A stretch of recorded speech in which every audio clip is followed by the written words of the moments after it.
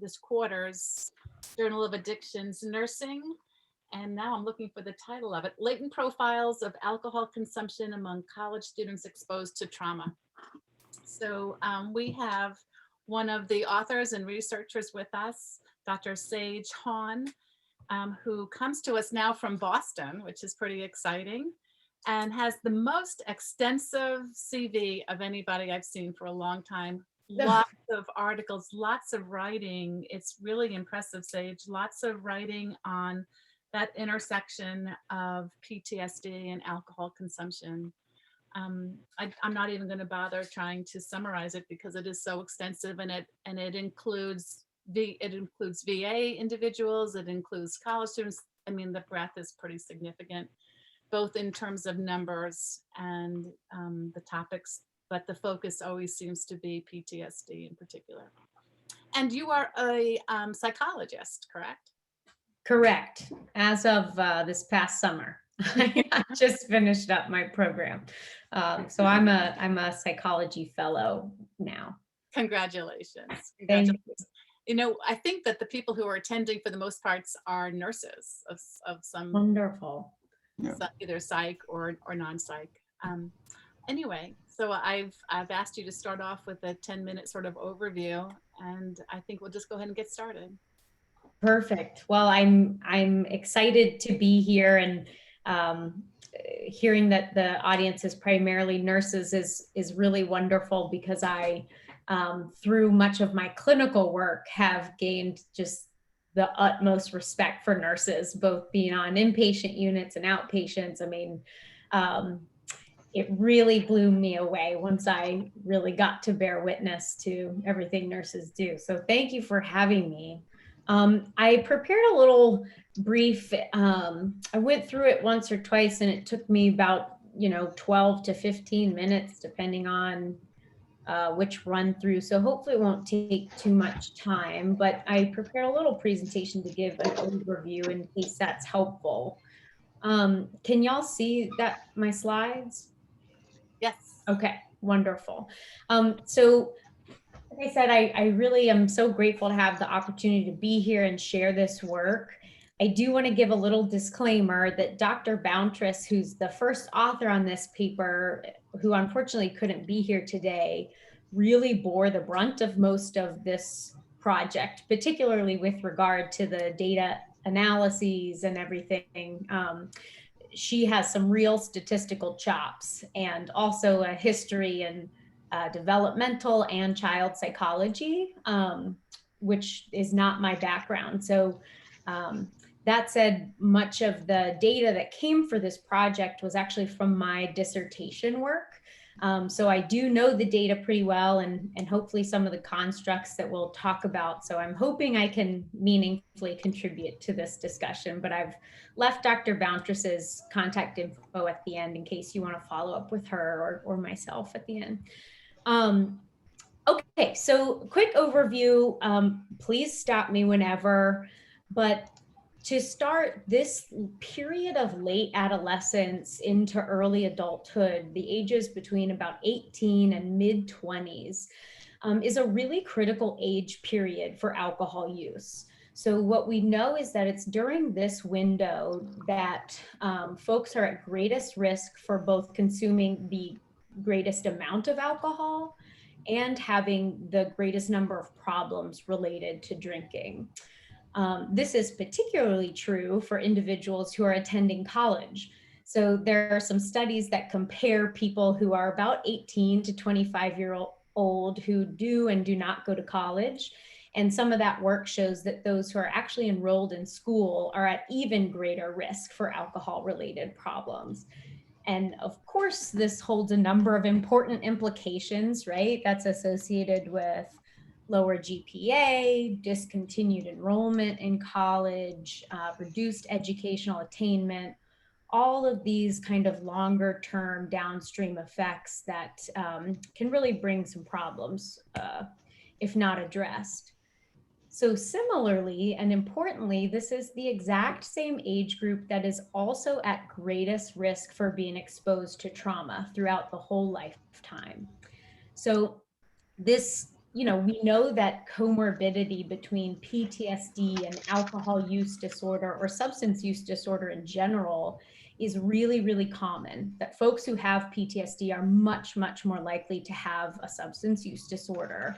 So given this, there's kind of more evidence that really focusing on this age group in particular could offer a really sensitive period for intervening or providing some sort of Oh, Linda, I prevention was trying to effort. call Owen. I wanted to see if he did that something. Oh, do you mind muting yourself, please? Thanks. So just a really critical age period for intervention and prevention that could ultimately over time really reduce some comorbidity between PTSD and substance use. So understanding this relationship between trauma and alcohol misuse is really frequently explained through what we kind of more commonly call the drinking to cope or self-medication hypothesis. So this theory suggests that individuals who are exposed to trauma may be more likely to drink alcohol to cope with their symptoms of PTSD, for example. So if I'm in an accident and I find that I'm having a lot of intrusive memories of that accident, it might be that I realize over time drinking alcohol really numbs some of those effects, making me even more likely to drink alcohol in the future and over time experiencing greater and greater consequences. So, this has some conceptual appeal, right? We can all kind of wrap our heads around that. And what the literature shows is there is some weight to this theory, certainly, in self-medication. But the issue is, as far as understanding PTSD and substance use comorbidity, it's really commonly assessed by using these assessments that apply drinking to cope motives more generally. So on the screen, I've listed here, this is a coping subscale of a really commonly administered survey called the Drinking Motives Questionnaire that assesses people's different motives for drinking alcohol. And so this is really used a lot to test that self-medication hypothesis. But as you could see, there might be some problems in that because it's pretty general, that it's, drinking to forget my worries or to cheer me up when I'm feeling low is not necessarily synonymous with drinking to cope with these really awful PTSD symptoms I'm having. So I really sought to fill this gap, and as part of my dissertation research, created a measure of drinking motives that were specific to coping with symptoms of PTSD. We named it the Trauma-Related Drinking Questionnaire, or TRD. And I listed it here on the screen so that you could see the items. It's very brief, 4 items that assesses basically how often someone might drink to cope with the various symptom clusters of PTSD. Okay, so there's a pretty nice body of work, a lot of smart people out there who have looked at different trajectories of alcohol consumption over the lifespan. But we, in this project, wanted to fill some of the gaps that we saw in the literature. So first of all, none of those studies accounted for trauma or trauma-related distress, which, as we've highlighted, is probably a pretty important component when considering one's kind of patterns of alcohol use. 2, a lot of these studies focused on really narrow age ranges. So for example, they kind of looked at mid-adolescents, 13 to 15-year-olds, or kind of didn't capture this whole critical age period of these 18 to about mid-20-year-olds that we talked about being so important. And then lastly, most of the studies had really long lags in between their measurements. So maybe they, assess someone's alcohol use at age 16, and then at a 10-year follow-up reassessed. So they're 26, and then again at a 10-year follow-up. So you're missing some of the kind of critical pieces that might be within this shorter period of highest risk and highest consumption. Okie dokie. So who was included? Participants came from a longitudinal study that took place at Virginia Commonwealth University in Richmond. That's where I went to school. That collects a bunch of different data, as well as SPIT for genotypic data, hence the very popular name, SPIT for science. But again, for part of my dissertation, I wanted to recruit a subset of these people who were trauma exposed and had some sort of history with alcohol. So literally the only criteria were, have you experienced a traumatic event in your life, and have you ever had a drink of alcohol? And that was who was included in this follow-up study called the Life Experiences in Alcohol Use, or LU study. I listed some of the sample demographics here. It was pretty consistent with the college population as a whole, so primarily female. And at least in Richmond, Virginia, at VCU, where the data was collected, it's fairly representative with regard to race and ethnicity. Okie dokie. So this is again where Dr. Bountress's chops come into play, but she basically ran a series of very fancy models called longitudinal growth model analyses. And essentially what these serve to do is they statistically consider which people in the data set are more likely to fall together. So it's a really, frankly, neat and cool way to statistically determine groups based off of what data you're looking at. So here we were interested in, on the y-axis, okay, so how much are people drinking? And then on the x-axis down here horizontally on the bottom is, and what does that look like over time? So what this model does is essentially map out different profiles of consumption. Okay, so what did we find? And please stop me if you have questions. I'm almost done with this overview here, but just unmute and jump in if something's unclear or you want more info. But the study results found essentially that there were 4 classes that really fit the data best. So this is what the model said. This is what y'all should look at. We're really finding these 4 profiles stand out most consistently. So as on the top here, you see this kind of high increasing group. So those who began college at high levels of alcohol consumption and kind of remained stable and even increased a bit over time. The second group, high decreasing. So folks who came to college drinking a lot and then over the course of their enrollment went down in their consumption. Folks who kind of came in low, stayed low, and got even lower towards the end. And then this last group, this low increasing group. So people who began college drinking relatively low amounts of alcohol, but then actually increased over time.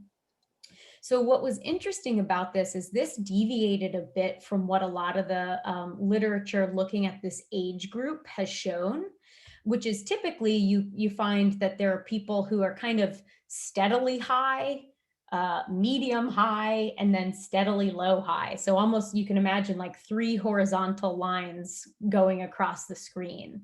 So it was interesting that when looking at people who have experienced trauma exposure, it gets a little bit more nuanced than that. You start to see these patterns of change emerge over time that you don't necessarily see as much with folks who haven't been exposed to trauma or when trauma is not assessed. All right, so then we were interested in how are these groups different? Who's falling in what groups? So in terms of race, white individuals were more likely to be on the high increasing profiles than the low ones. So they were more likely to kind of start high and stay high, which is pretty consistent with what we know about just kind of from other research, is that white folks drink a lot, basically, particularly in this age group. Let's see, Asians were more likely to be kind of in the initially low profiles, and the low then increasing. And there were no differences in terms of membership for Black individuals or those in any of the other kind of racial categories when grouped together. So that was a difference with regard to race. We were also interested in, okay, who has a history of substance use in their family? So when looking at people whose parents, for example, had substance use disorder, they were more likely to come to college already drinking at high amounts, which again is pretty consistent with what we know from the literature is that in adolescence and into early adulthood, if you have a parent who has a substance use problem, you're more likely to be drinking at higher amounts or using at higher amounts. Okay, those with probable PTSD, post-traumatic stress disorder at baseline, were more likely to find themselves in profiles that were either high and stayed high, or that were high and started to increase. So this is kind of consistent with that self-medication model I talked about, wherein PTSD was kind of broadly associated with higher levels of drinking. So then we were interested in some of those motives. Why are people drinking and how might that differ across these classes?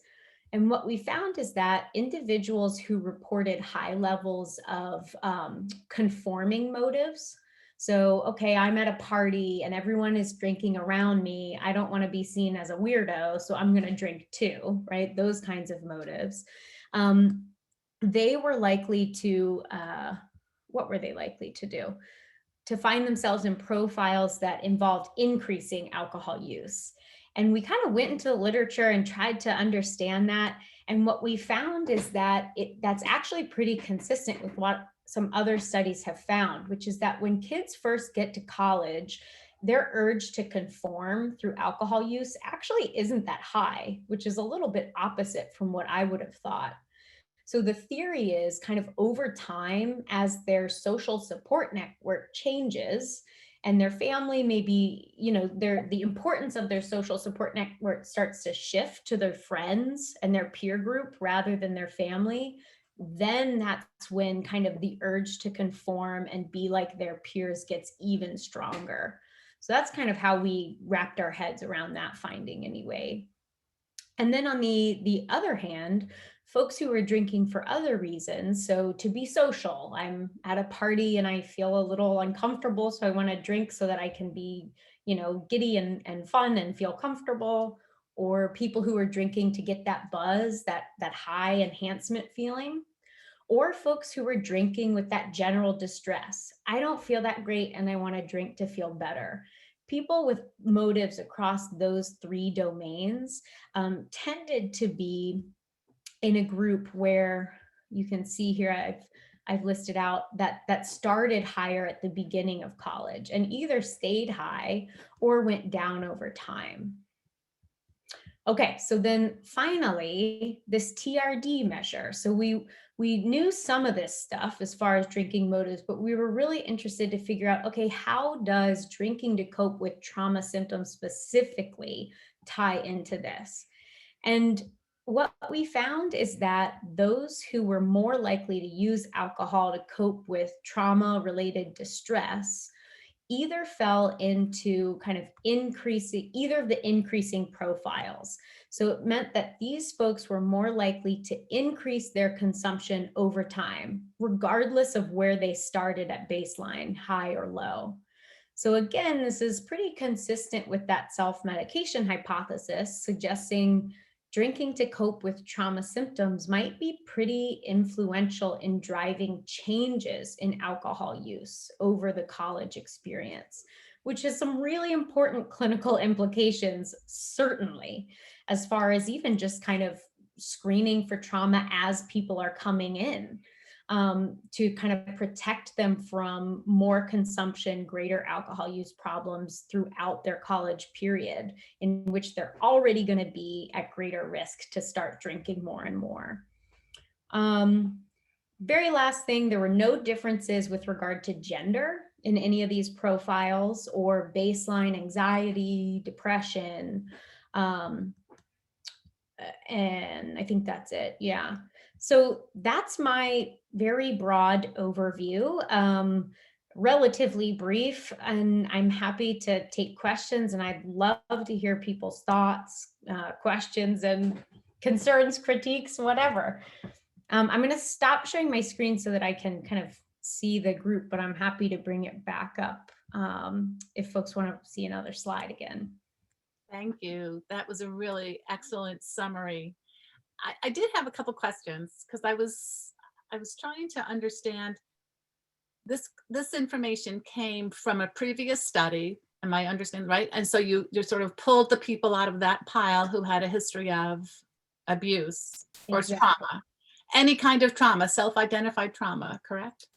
Correct. Any type of trauma as assessed by the Traumatic Life Events Questionnaire. So all the traumas listed on that are what would technically constitute a trauma according to like the DSM, for example. So it wasn't necessarily like anyone got to define what trauma meant to them, but they did get to choose from a list of like 26 different traumas. So it was pretty broad. Yeah.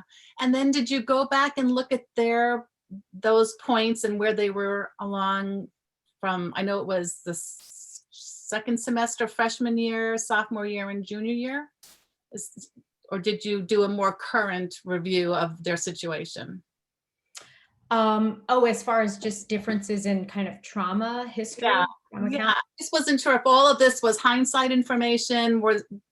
Was there change if there was any additional trauma that occurred while they were on campus? Is there any way to judge that? It's a good question, and one that I'm realizing I had in my notes and I didn't even talk about. So the answer is kind of both.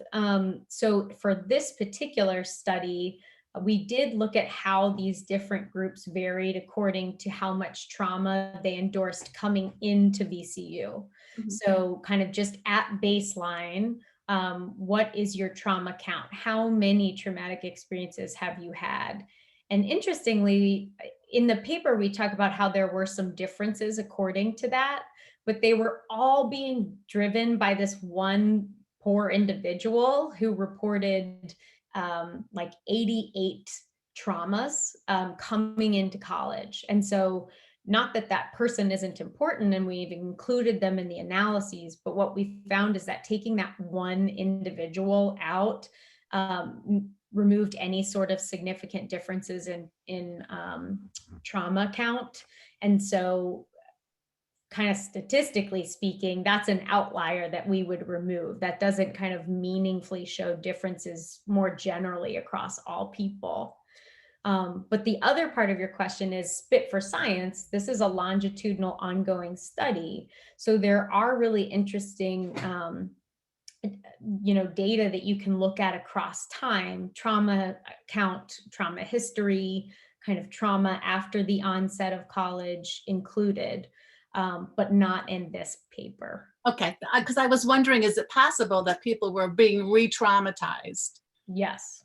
And of course that happens. So this is so where I wish Katie Bountress was here. And I even thought to ask her to send me some of that code so that I could understand it better. But my assumption would be the way that she ran the models was to control for changes in trauma over time. So, but I'm not positive she did that, but that would be one way to do it, is to kind of at each time point, you're also controlling for new onset trauma. Thank you. Sure. Great question. It's difficult when you get a great question that you can't really provide a very clear answer to. It's frustrating for sure. I've been in that spot many times. I don't want to keep on asking questions. I just I'm leaving space in case anybody has a comment, because this is such an important topic.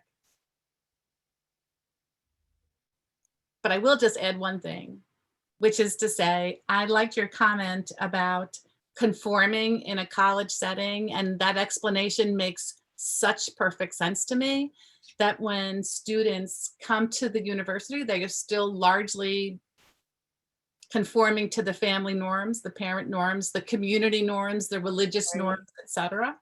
And then as the 4 years go on, people tend to develop a more independent point of view. Probably happens whether you're in college or not. Right. Part of the challenge for students and for families is to adjust to some of those things. Absolutely. It's kind of developing a more independent point of view that's actually quite dependent based on who's around you. Yeah, I thought that was really, really interesting. It's going into it, I would have just thought kind of getting to college, you're hoping to fit in with everyone, but apparently it shows that gets a lot stronger actually throughout college, not just right when you get there. So I warned the college that I work at is a religious-based college. And so some of the traumas are in fact religious trauma. That separation from your family, that feeling like you're ostracized, is very traumatic for students. So it's not just limited to any type of trauma, right? There's not one form of trauma. It's very difficult to change a family, to change one person in a family constellation and not have that be difficult. No kidding. I see your hand there, John. John, yeah, good. Yeah, when researching this, did you find a big difference in generation from now that things are more open with trauma as opposed to in the past, it wasn't quite as open, and with the alcohol percentage of, coming out of trauma as opposed to in the past, maybe 20 years ago? I don't know if you did any of that or was interesting, but I was just wondering, is it increasing because of the Me Too and some of the other stuff that's gone on in trauma, or is it about the same? John, that's actually such a fabulous question that I'm not totally sure of. Just anecdotally, like through my clinical work, I would say no doubt.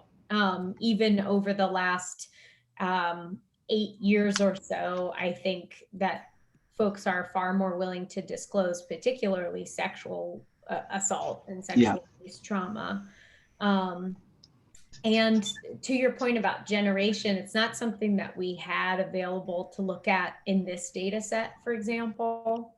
But again, kind of pulling just from clinical anecdotes, again, being in the VA system, have lately been working with a lot of veterans who are Vietnam veterans and who are saying, I have never felt like I've been comfortable to talk about this until now. And that's for a variety of reasons. Retirement really plays a big key in that. Like, oh my gosh, I don't have anything to distract me from these horrible memories anymore. So they're flooding me.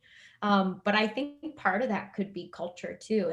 That's a great question that frankly, I'm eager to look up. Thank you though. It was very good, interesting. Some of the reasons, like Michelle was talking about, about when they come to college and things like that, because depending on how sheltered they were possibly, and things that they weren't disclosing, because I've noticed that when we have some of my baseball kids that are now addicted to heroin and other drugs that show up at after years being there, that went to college and got addicted while they were in college. They seem to have really got crazy with the alcohol, and then it moved on. So it's interesting. Absolutely. And I think the question as to why has a lot of potentially helpful implications clinically, because kind of talking about these motives, if the why is peer pressure or urge to conform, that's a very different intervention than if the why is I have these childhood traumas that I have not dealt with, and I finally am in an environment in which I am free to cope with them in this one way that was harder to do at home, right? There's kind of alcohol around or substances that I can use.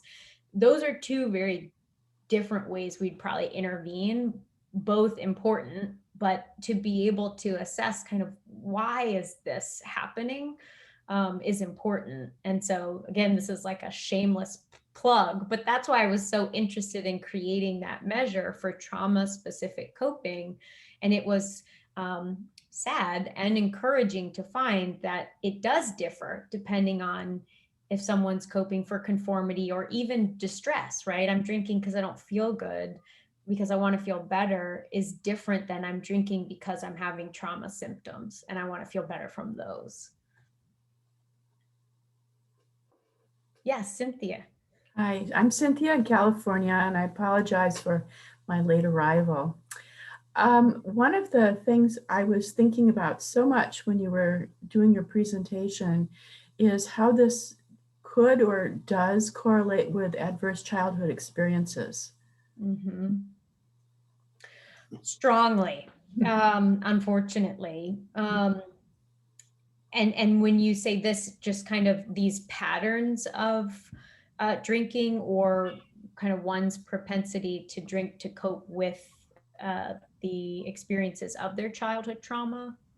Well, of course, the Felici study back in 1979 has become a basis of so many studies since that time. And I don't know if that influenced your research at all when you were first conceiving of the idea of your research. But certainly those traumas result in all of these adult sequelae, which often involve alcohol. So I really was thinking about that so much when you were talking. I think that your head is in a great space, unfortunately. I'm not familiar with that study, I'm embarrassed to say. Do you mind repeating what it's called so I can jot it down? Well, the principal researcher was Felitti, Felitti, and it was a group of people. Obviously, he didn't do it alone. And it was research involving 17,000 insured middle class, mostly white Americans in San Diego, California, through the Kaiser system. And Right. yeah, and what they thought was particularly unique was not just the size, but they're just regular folks. They weren't, I mean, they were well-educated, insured, employed people.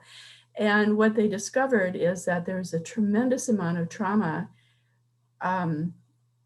in regular folks that resulted in lots of long-term health problems. And certainly alcohol figured into that as well. Whether it was in their childhood that they saw in their family, or developing problems with alcohol as adult. I mean, there were lots of other issues too: cardiac disease, diabetes, broken bones, all kinds of things that they ended up in adulthood having patterns of. Absolutely. That's the ACEs, adverse child experiences. Okay, thank you. Yes, I am familiar with that. I just had never put that name to that big important work. It's actually not this project, but another project that I led in the Spit for Science data was, I was essentially looking at well, kind of per Dr. Shell's point and yours, what do re-victimization patterns look like? Because we had those data to be able to look at kind of throughout the college experience, what is trauma exposure looking like? And the unfortunate result of that is what we found is that folks with a history of child abuse were at far greater risk of experiencing multiple re-victimizations compared to those who had only experienced trauma as an adult, or perhaps kind of had one traumatic event in childhood related to like a car accident, for example. The folks who had repeated or kind of interpersonal in nature, childhood sexual assault, childhood physical abuse, were at greatest risk for future re-traumatization. Which is pretty consistent with what's out there more broadly with what we know about, per your point, kind of trauma and those who are at greatest risk for future traumas. But it was certainly true in this college sample as well. It's an interesting thought that how do certain people seem to attract those traumas? Even if they are separated from the initial trauma or their whole family of origin, somehow as they go through life, the traumas continue. Absolutely. I'd say kind of some of the, I was just meeting with a veteran yesterday who kind of repeatedly has the worst trauma history I have ever seen, period. And I imagine I will ever see. But the thought that she carries with her quite often is there must be something wrong with me because I have experienced so much trauma and repeated. And that is, that's when I find myself nerding out a little bit and putting more of my research cap on than my clinician cap to say, like, there is a lot to suggest that that is not true. And here's what we know.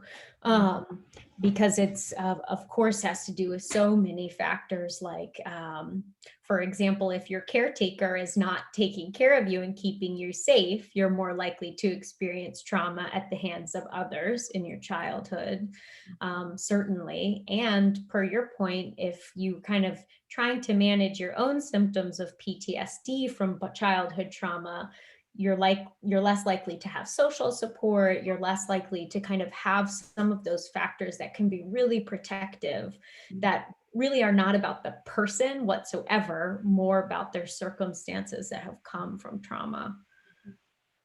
Yeah, maybe they just don't learn how to protect themselves from some traumas. And I think certainly can be kind of in the situation in which that's not possible to do.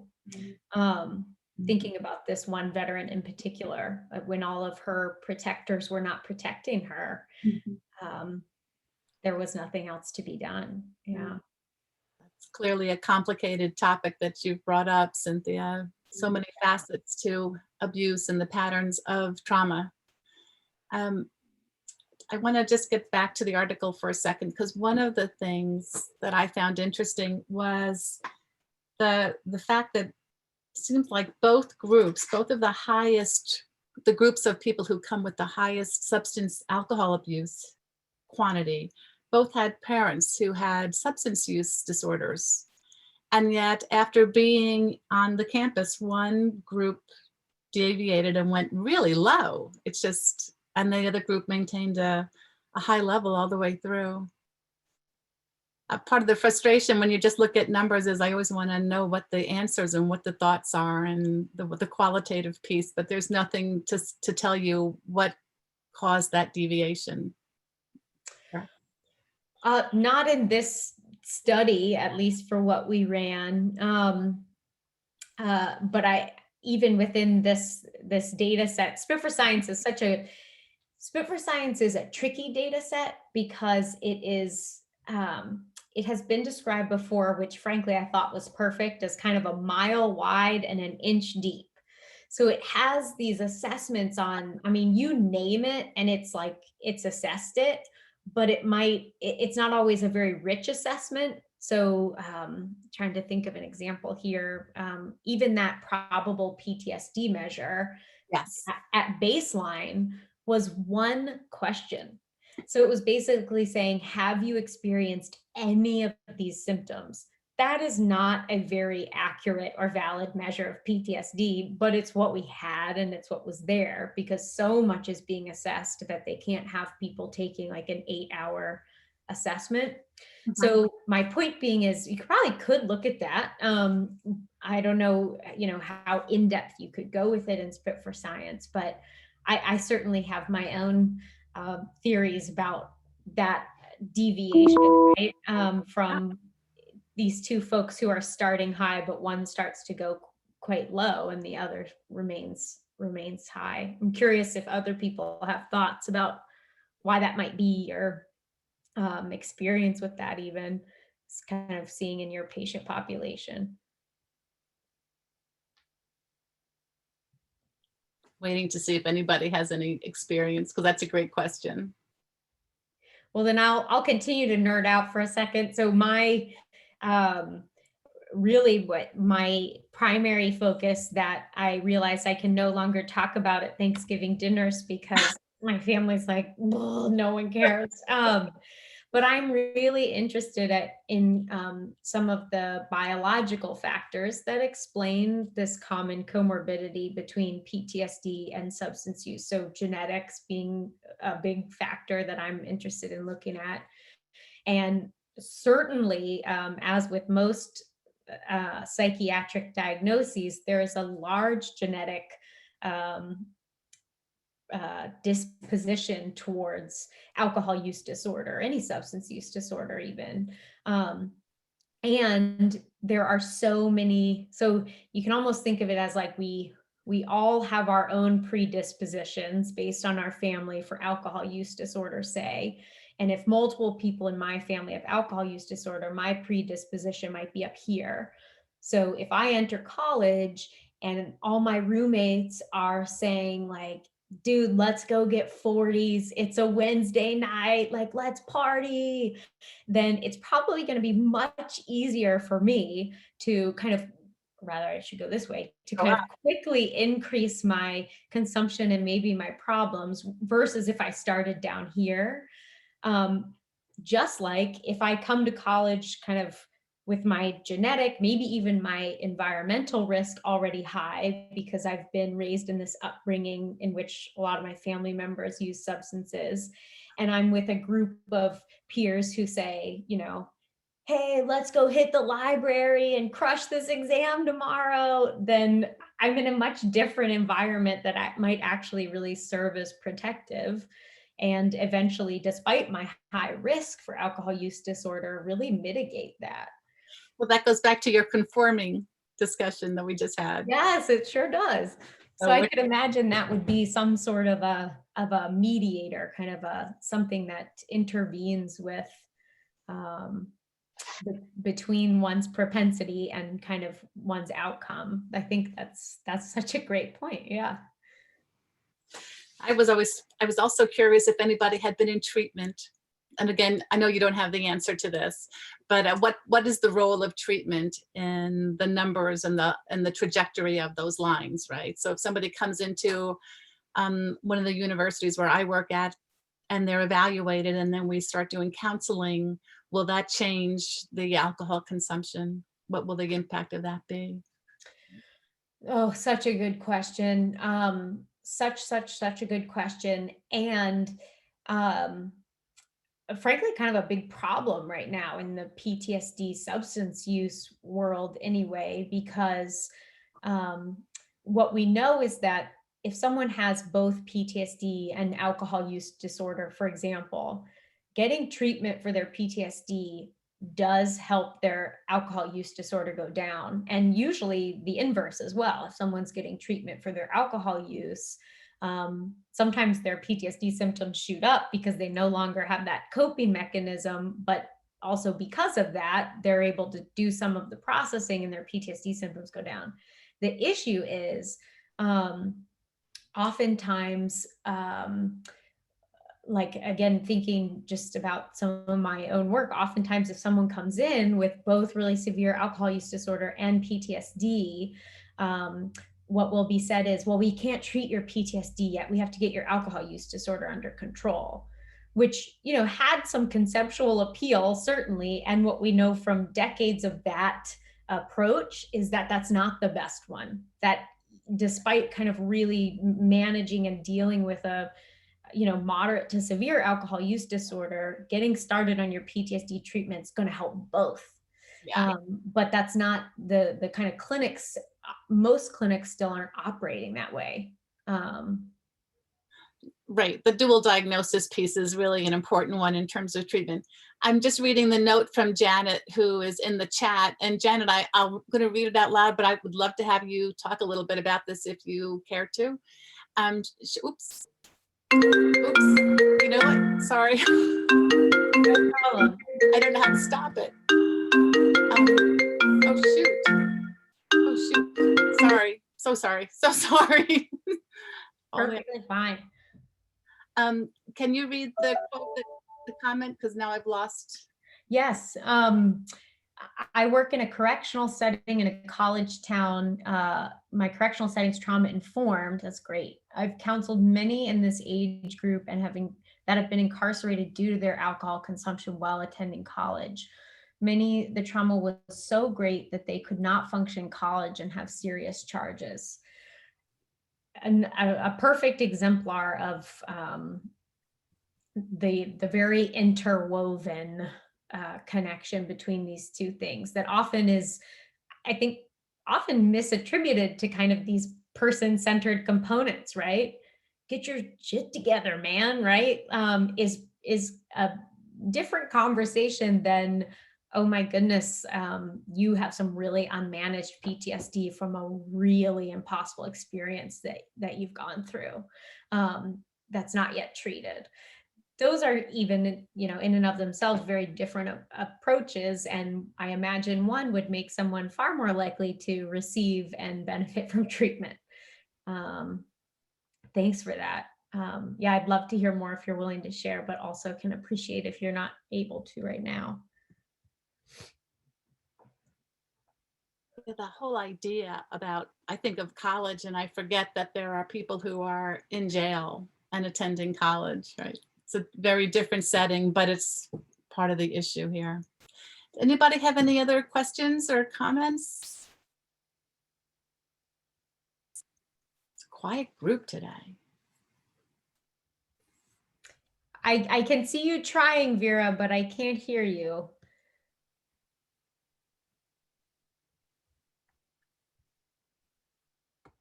I can't even see that, so I'm glad that you're able to.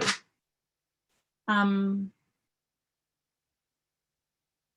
also wanted to say I appreciated that you talked about the fact that this isn't really a thorough screen for PTSD, that the population of people who acknowledged that they had some trauma didn't necessarily have PTSD. They just scored high on the scale. Oops. Absolutely. Sorry, I was just pulling this up because it sounds like we're likely wrapping up. So I wanted to make sure anyone who was interested or unable to ask questions had access to mine and Dr. Bountress's email.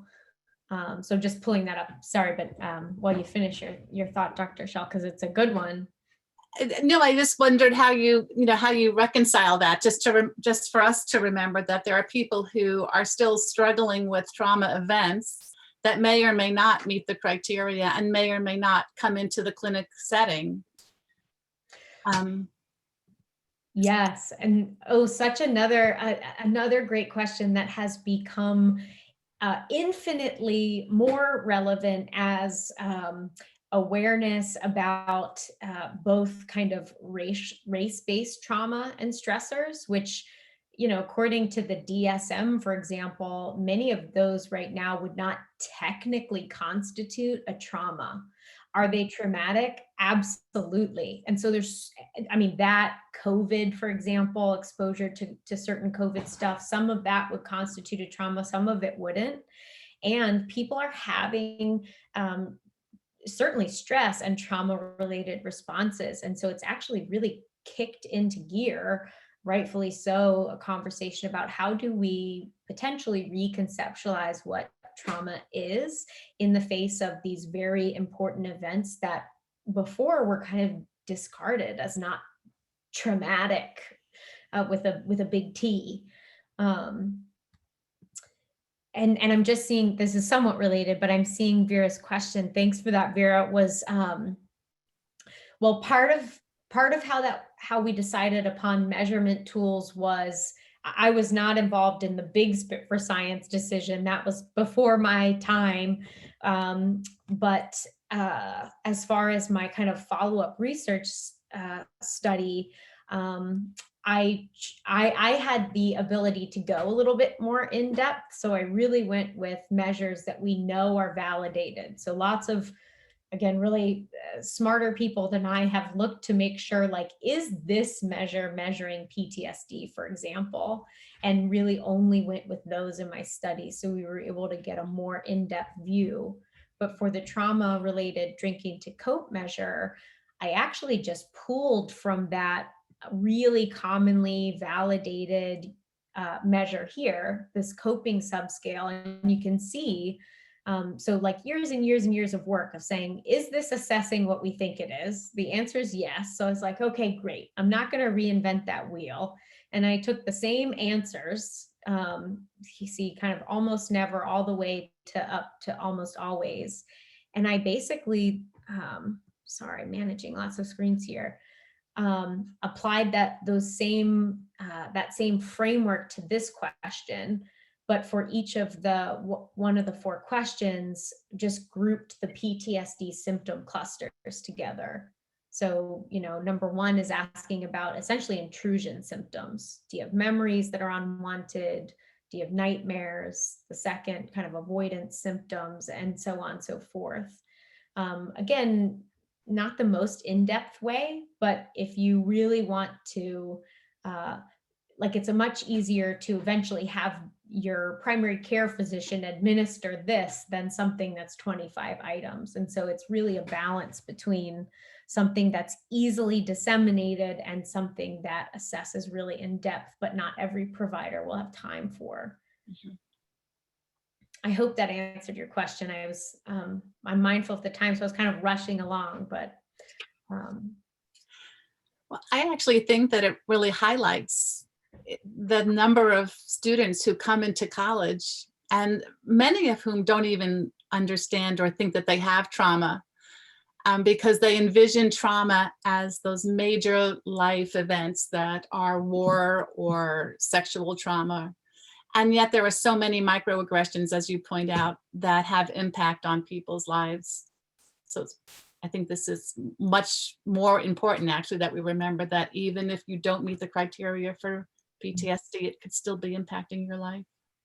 I absolutely. like the way you have it worded. It's very, I don't know, user friendly. It's easy to relate to for a person who's not familiar with all of the words and terms and lingo. I love the way you worded that.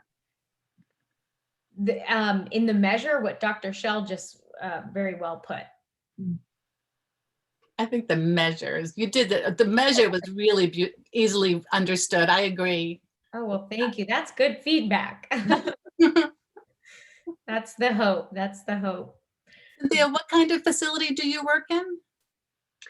I work at Cal State Fullerton. I'm a nursing instructor, and my specialty area is behavioral health. So you work with students. I'm sorry? And you work with students? Yes, and I also work as a consultant for the Board of Nursing here in California in behavioral health. Thanks. I was kind of curious. You looked like you had a experience with students, and I'm not sure that everybody does. So Yeah, I've been teaching a long time, since 2003. what I was teaching, and I found that many students would come up to me and tell me their trauma histories as part of this was at the undergraduate and the graduate level. And so I think actually teachers probably know a lot. People who are teaching in the college settings probably know as much as some of the counselors do about what's going on the campus. Well, I think it's amazing the students do as well as they do academically, given their background. And I teach in a majority minority school. Well, the whole university is considered majority minority. So we come with a high percentage of trauma. Mm-hmm. And this is potentially a good point to end on, because I love this point and I believe this point very much, that resilience is not necessarily the lack of symptoms or psychopathology. And that's kind of becoming to be believed more and more so as true, that resilience is instead kind of in the face of symptoms, continuing to function and live a meaningful life, like you just pointed out. I mean, the ability to go to school while managing, with nightmares and trauma intrusions and hypervigilance with everyone around you, that's very powerful and meaningful. And I would argue resilient to keep doing that over and over again. Well, I so appreciate this opportunity. I have found it very, very just amazing and helpful. And I always appreciate being with an audience of different peers. And so thank you for all the work y'all do. I have mad respect for nurses. So thank you very, very much. Thank you, Dr. Hawn. And I love that we ended on a topic, this topic on resilience, because I agree with you. It is an important thing to remember. I also want to thank the people who participated, and a reminder that our next Journal Club meeting will be on July 14th. And I don't yet know what that article will be, but I look forward to seeing people there. Thank you all for coming. Thank you, Robert, for the recording. Thanks to the Journal for their support as well. Thank you, Doctor. Thanks, Dr. Shell, for organizing. Take care, everyone. Bye, Dr. Hawn.